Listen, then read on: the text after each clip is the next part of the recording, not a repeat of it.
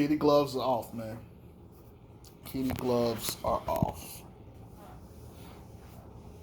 Lonzo Ball signs your contract. Proud of you. But you're no longer a rookie. You're no longer on your rookie deal. You now have expectations.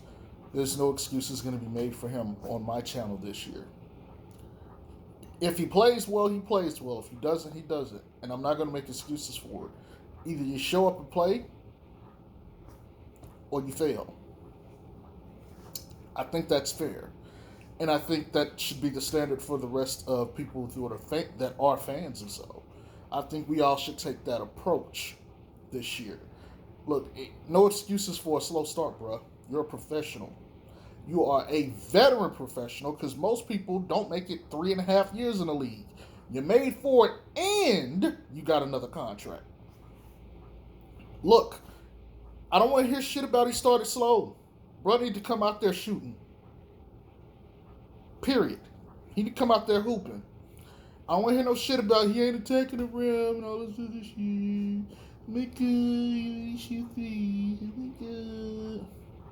You can't be quoted as or told to be having a high IQ, but you don't exercise it on the court. Enough of that.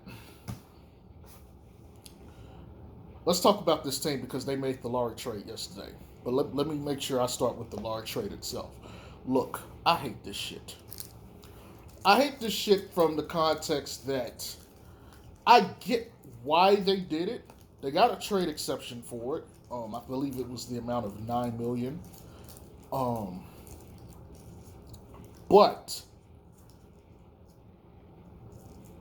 they also, well, let me not say what. They also got the draft picks, which if they're gonna lose some or one, they just got the picks to replace that essentially.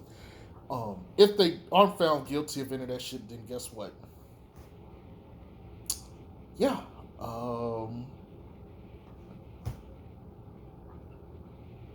You got picks. So, with that being said, we didn't get a player back. I mean, we got a dunk champion. But I don't think people expect him to play a lot of minutes unless injuries happen. He can't shoot. He can defend. He's got a 7-foot wingspan, even though he's 6'5", which is fucking ridiculous, by the way.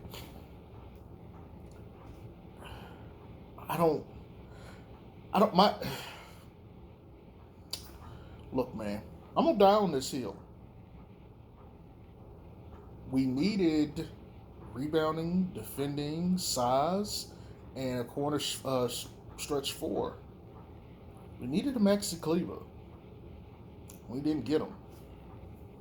We needed someone that actually fits that build of the player who can defend multiple positions and play small ball 5. We didn't get him.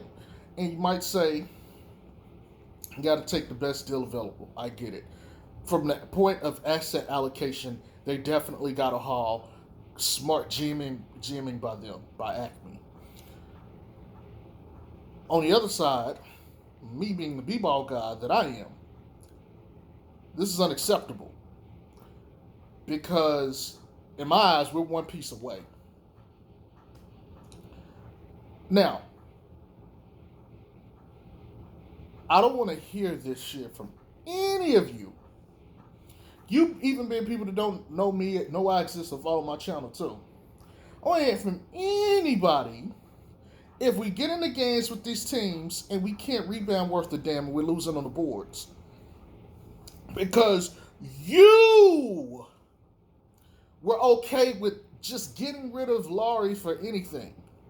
And I'm not saying we would keep Lauri. I'm not saying Lauri wanted to stay.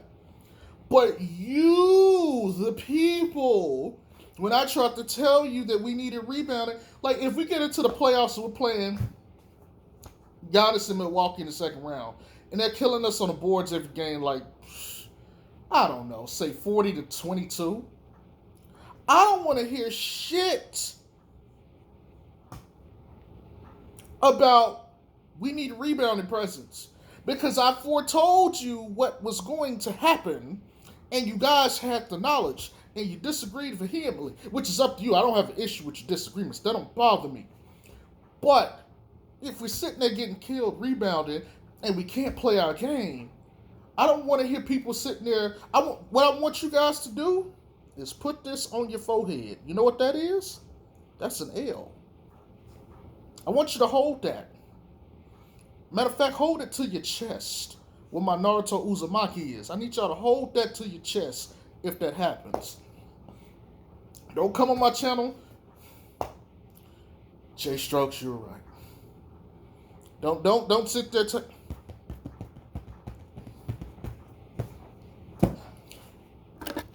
Dear Mr. Strokes, I've come to humbly apologize to you because you indeed knew what the fuck you were talking about. And although I vehemently disagreed with you, I've come around to your way of thinking that we indeed need that four that can be athletic and defend and play small ball five and can shoot threes. And I know. Don't do that. Just walk off in silence and say, that wasn't good. But look, let's talk about this team. So I feel like we can actually do this now because the Laurie cloud is now gone, and I was busy yesterday. I couldn't do this video yesterday because I had a football game that I had to be at that took me from like 2 to like 11 at night. I didn't get home till midnight. I was gone damn near 12 hours, not including the work I had to do in the morning. So I had no fucking time to get this done yesterday. But the benefit is that it's now allowed me to marinate on this team a little bit. And I think you guys are going to enjoy the video, especially from this point on.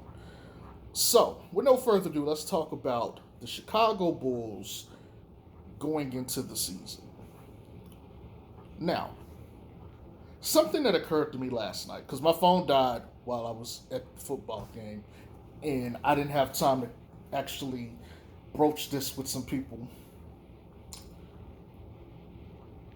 Who is going to maintain the pace when Lonzo goes to the bench?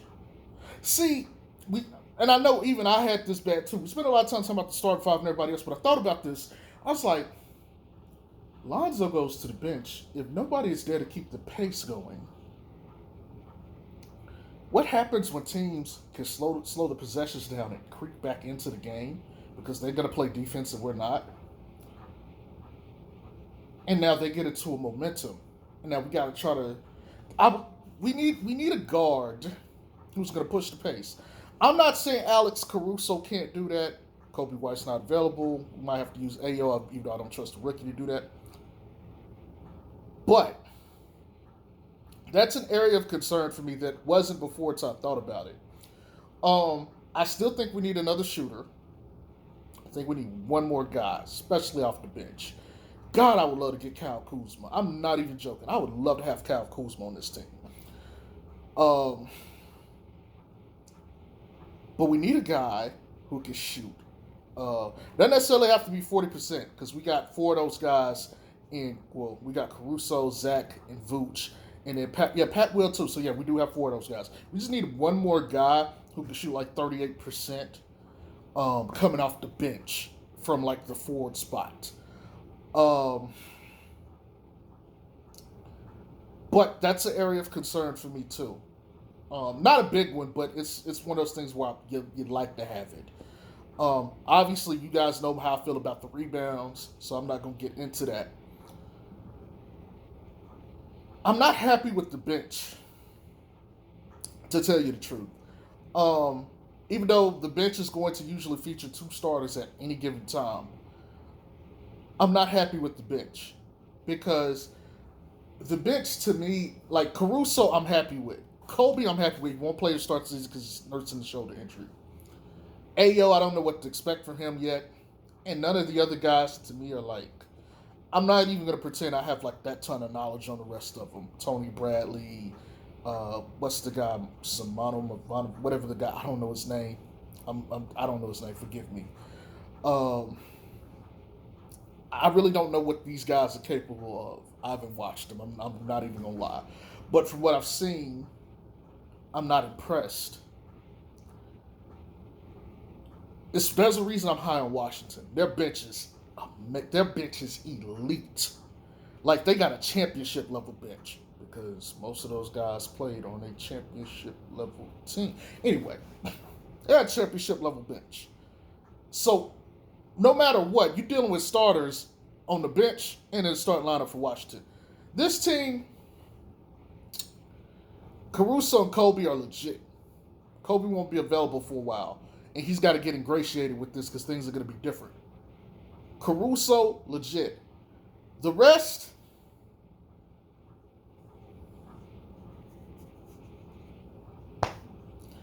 but let's talk about more so what the team truly is. I don't want to. I want to put the negatives out there for the most part. I mean, defensively, they not guarding shit. If they end up top 15 in defense, I will be impressed. Billy Donovan would deserve Coach of the Year. But let's talk about the positives. Number one, this team is built. Let me put this out on Front Street. Matter of fact, let me sit myself up straight because I want to have good posture for this. And I want to look you guys dead in the eye when I say this. This team is built around Lonzo Ball's skill set. Let me pull this camera. Look, hold on. Don't want you looking out the window. This team is built around Lonzo Ball's skill set. Yes, look at my ugly ass face. Fear the ugly. Hear me out. This very well may be Zach LaVine's team, but his skill set ain't what this is built around. This is built around Lonzo. Think about this. You go get Lonzo Ball. Team was already, first of all, that's a good pickup. You go get Caruso. Even better pickup, truthfully. Then you get DeRozan. I'm going to talk about the DeRozan fit thing in a minute. Then you go get dunk contest champion for Portland. And all of a sudden, to me, you got to look at things. DeRozan is athletic.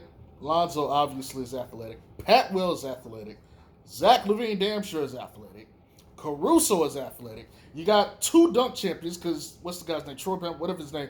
That nigga's athletic. Tony Bradley, whatever his name is, he's a rim runner from what I'm told, from what I've seen. You got people that's ready to gallop. Boy, why do you need that many athletes? You know who got a team like that? Charlotte, which is why I'm scared of Charlotte in a 7-game series, if I'm going to be honest with you. But they built that team around LaMelo's skill set. What I'm saying to you guys is, why do you have this many athletes? Usually you got athletes, you got to have a savant passer. So you're telling me, oh, this team is built around Lonzo's skill set because you got 40% shooters and above. Caruso, Will, Vooch, and LaVine. Wait a minute. This team ain't built around Zach's skill set. I mean, it can take advantage of Zach's skill set, don't get me wrong, because guess what?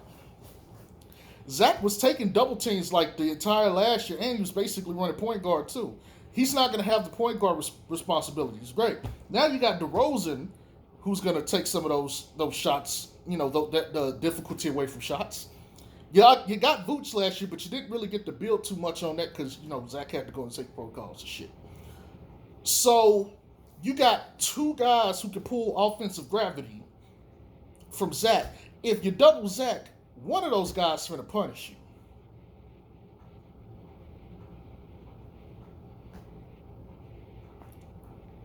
They help him indirectly just by their gravity. But this team wants to run. It's built to run. This team is built to do. First of all, let's have this discussion. They got 3 to 4 passes on this team just off rip in the starting lineup. Pat Will is a willing passer, seen in summer league.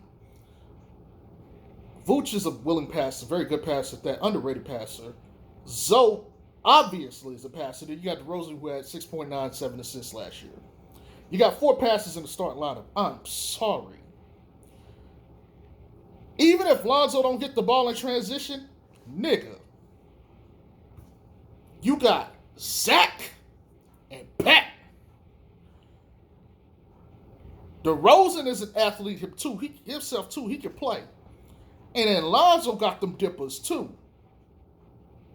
You can put Caruso out there because he's fast and athletic. Bruh, this team is built to run and light your ass up.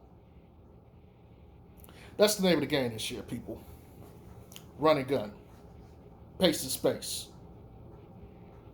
Dunk on your motherfucking ass. Now, you might be saying, well, what about Vooch? Vooch can be the trail man. He don't need to be the fastest guy on the court. He can be the trail man.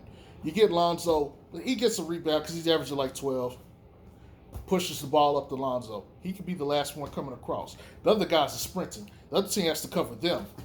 Lonzo gets penetration. Even if they converge on Lonzo, all Lonzo got to do is turn around and say, Vooch! Ricky! Shout outs to y'all if y'all know what movie that is. Turn around, he hits Vooch, and Vooch takes the shot. He's wide open in transition. So there's fit there. There's synergy. By the way, Vooch is going to be excellent for Zoe in the pick and roll because he's got options and Zoe can capitalize on them because now Zoe he can straight up just beat you to the rim because nobody's going to be there. Steven Adams. And he's got a guy that can sit there, catch jump shots, will catch, passes and make jump shots. Bledsoe. So yeah, he's got weapons. This team is built around his skill set. And I think it's more, yes, this may be Zach's team, but Zach is going to he's going to be the number one option. But I think for the most part, it's like this team is better if we put the ball in Lonzo's hands to set up everything, and especially for them to run, it gets Zach moving. It takes pressure off of everybody else. So on that hand, that's what they're going to be doing this year. How do they fit? Zach is a scorer. He's a savant. Nobody's going to trip about that. We know what he is. He's got help now. He should be playing defense too. Look, the backcourt is going to, I'm looking forward to that matchup with Golden State. That one, I'm gonna tell y'all right now, and I might even take a bet. They're gonna outplay the Splash Brothers first matchup. I might be willing to take a $50 bet in the comment section. Hit me up. You know what? As we get closer to that game, if somebody wants to make a bet with me, hit me up. I'll let y'all know how I'm feeling by the end. But right now, I feel pretty confident that the Bruins backcourt would outplay Klay and Steph, and I'm about willing to make a $50 bet with anybody that disagrees. But hit me up 1 week before the game. Please hit me up. If it be on Twitter or on a video, maybe like, hey, man, what about that $50 bet for the game? Remind me, and I'll let you know how I'm feeling. But our backcourt is going to be solid. I'm not worried about them. They don't have too much overlapping skills. Zoe takes care of the nuanced things that Zach don't want to do, and Zach can do more of the scoring load, so Zoe doesn't have to. It's a match made in heaven for me. I like it. Plus, they both light skin. What's not to like about light skin connection, right? But let's talk about DeRozan, okay?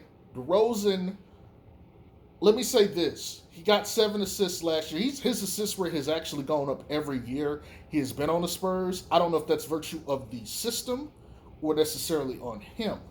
But let me say this. It seems like he's got an understanding of the passing.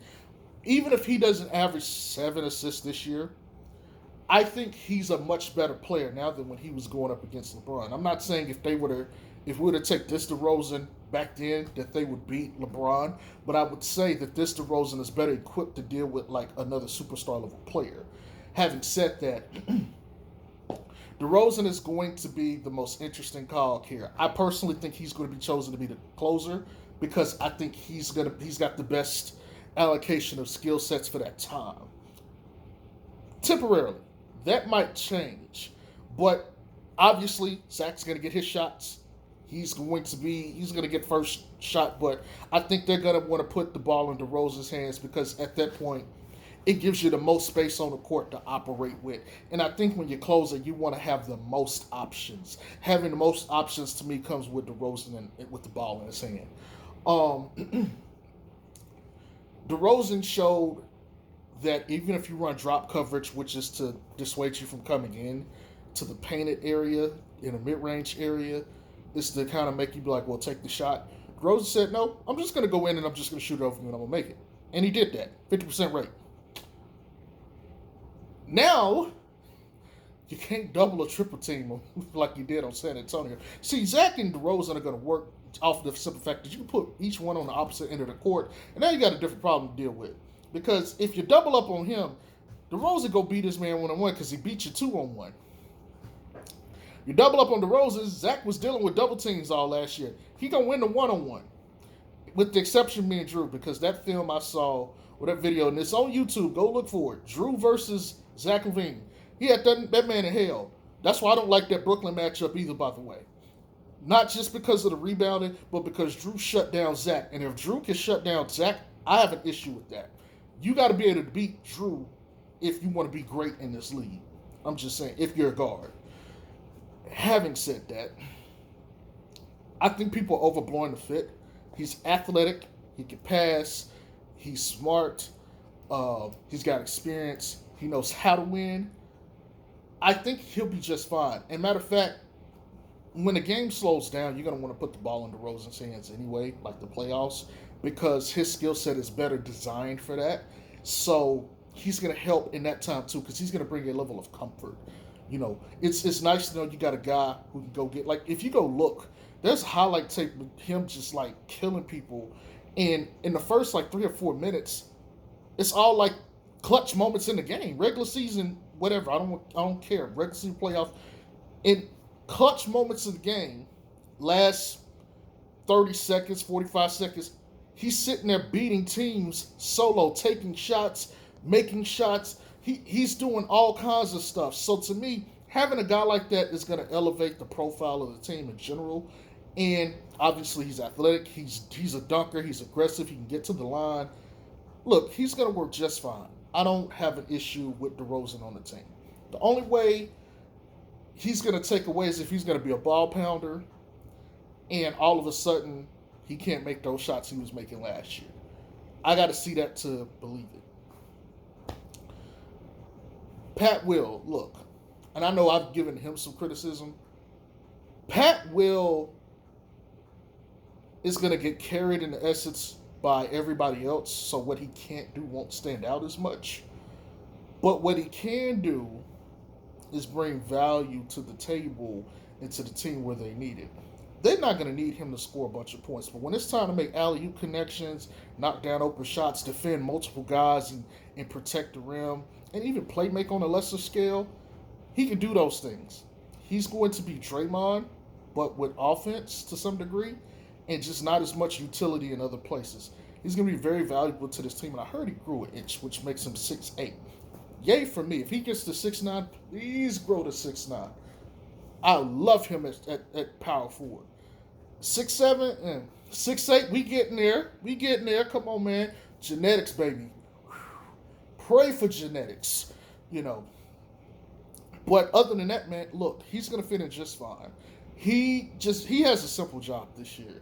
Man, play hardcore defense, fight for rebounds, every last one, put your all into it. And, hey, who knows? He might surprise me and get like 8 or 9 rebounds. I'm like, oh, we might not be too bad off. But he can knock down shots. He's going to take more. He did it on low volume. So it still remains to be seen if he has to take a bunch of them, can he do it? Even though he looked like he was doing pretty good in Summer League. He has no limit right now. He's going to fit in this team because he's going to fill holes that the other guys like DeRozan won't. He'll be able to defend. He can play make. He'll be able to knock down shots. Remains to be seen how well his rebounding is going to be. That's something I'm going to be looking out for. But very solid player. I like him. And obviously he fits with any of the other guys, so there's that. Vooch. Vooch is going to elevate DeRozan and Lonzo's pick and roll performance because he's got options. And if he's got options, they got more options. And if he pops, it's 1-on-1 to the rim. DeRozan's going to win. And 9 times out of 10, Lonzo's probably going to win that too. So I expect Lonzo's finishing to go up this year. But not even that.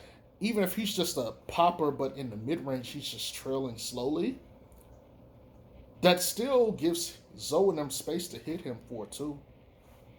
He's still manipulating the defense. You still got to play around him. And in some cases, if they just say, fuck it, we're just going to drop, Lonzo could kill you. Same thing with DeRozan. He's going to be one of the best pick and roll, pick and pop players in the league this year, just off of the virtue of those two. And being a 5 that doesn't have to camp around in the paint, he can help you space the floor.